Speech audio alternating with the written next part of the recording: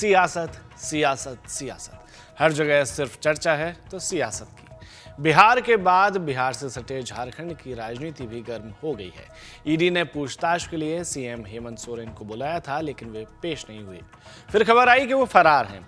फिर पता चला कि सीएम सोरेन अपने घर में ही हैं और कहां से पहुंचे हैं ये अभी तक पता नहीं है। उनकी तलाश काफी देर तक चली।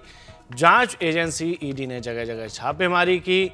दिल्ली में शांति निकेतन में उनके आवास पर छापेमारी की, जो देर रात तक चली। दूसरी तरफ खबर है कि गठबंधन सरकार के विधायकों को एक जगह इकट्ठा होने के लिए कहा गया था। हेमंत सोरेन के खिलाफ 2 मामले हैं। पहला आर्मी की जमीन को लेकर, दूसरा मामला है साहिबगंज अवैध खनन केस को लेकर। इस मामले में मुख्य आरोपी पंकज मिश्रा हैं, जो अभी न्यायिक हिरासत में है। पंकज मिश्रा बरहेट से विधायक हैं और सोरेन के प्रतिनिधि भी हैं।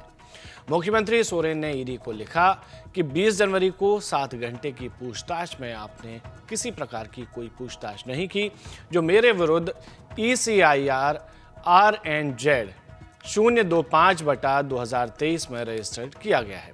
सिर्फ अनुमान के आधार पर गलत तरीके से रांची के बड़गाई क्षेत्र की जमीन को लेकर सवाल किए गए, जिसका दूर दूर तक उनसे कोई संबंध नहीं है। ईडी के सवालों और पूछताछ का कोई आधार नहीं है। हेमंत सोरेन वाले मामले में झारखंड के बीजेपी अध्यक्ष बाबूलाल मरांडी ने भी बड़ा ऐलान किया है। जब हेमंत सोरेन फरार थे तब उन्होंने बयान दिया कि सीएम छुप रहे हैं, वे फरार हैं, वे गुमशुदा हैं। ऐसे में सीएम हेमंत सोरेन को ढूंढने वाले को 11,000 रुपए का इनाम दिया जाएगा। अब चूंकि हेमंत सोरेन खुद मिल गए हैं तो इनाम किसको दिया जाएगा, ये आप बाबूलाल मरांडी से पूछ सकते हैं। मतलब विपक्ष पूरा मजा लेते हुए सोरेन सरकार को घेरे हुए है। और कमाल की बात यह है कि अपना ही बचाव करने के बजाय सीएम जैसे पद पर होते हुए भी हेमंत सोरेन लंबे वक्त तक गायब रहे थे।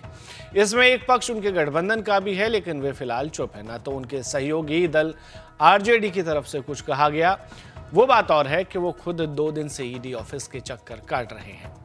और एक और कांग्रेस है, जो कांग्रेस की तरफ से भी लंबे समय से इस मामले पर चुप्पी सधी हुई है। फिलहाल बाबूलाल मरांडी को सुन लेते हैं, उन्होंने क्या कहा है जान लेते हैं। अरे भाई, जवाब देंगे कि वो हम तो अभी तक नोटिस देखे नहीं। अब उन्होंने जवाब किसके ओर से किया? मुख्यमंत्री को नोटिस गया है।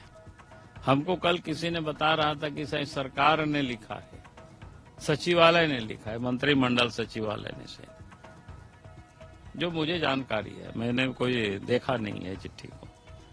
तो मुझे लगता है कि भाई मुख्यमंत्री को व्यक्तिगत रूप से उनके ऊपर आरोप है, सरकार के ऊपर आरोप नहीं है। ये आरोप कि उन्होंने नामी बेनामी जो संपत्ति अर्जित की है, तो केस तो उनके ऊपर है। उनका चिट्ठी तो किसी ने कोई बता नहीं पाया। मैं कल से लोगों को पूछ रहा हूं कि हेमंत सोरेन ने मेल किया है, तो फिर पता चलेगा कि हाँ हेमंत सोरेन कहीं है। लेकिन हेमंत सोरेन ने तो मेल भी शायद नहीं किया है। मेल तो उनके मंत्रिमंडल सचिवालय, यानी एक प्रकार से अफसर लोग उन्हें तथ्यों को छुपाने की कोशिश कर रही है। गलत है, लोकतंत्र के हित में भी नहीं है। और मुझे लगता है कि बड़ा, इसलिए हमने तो कहा कि भाई कि पुलिस महकमा तो कोई उनको खोज नहीं कर पा रही है।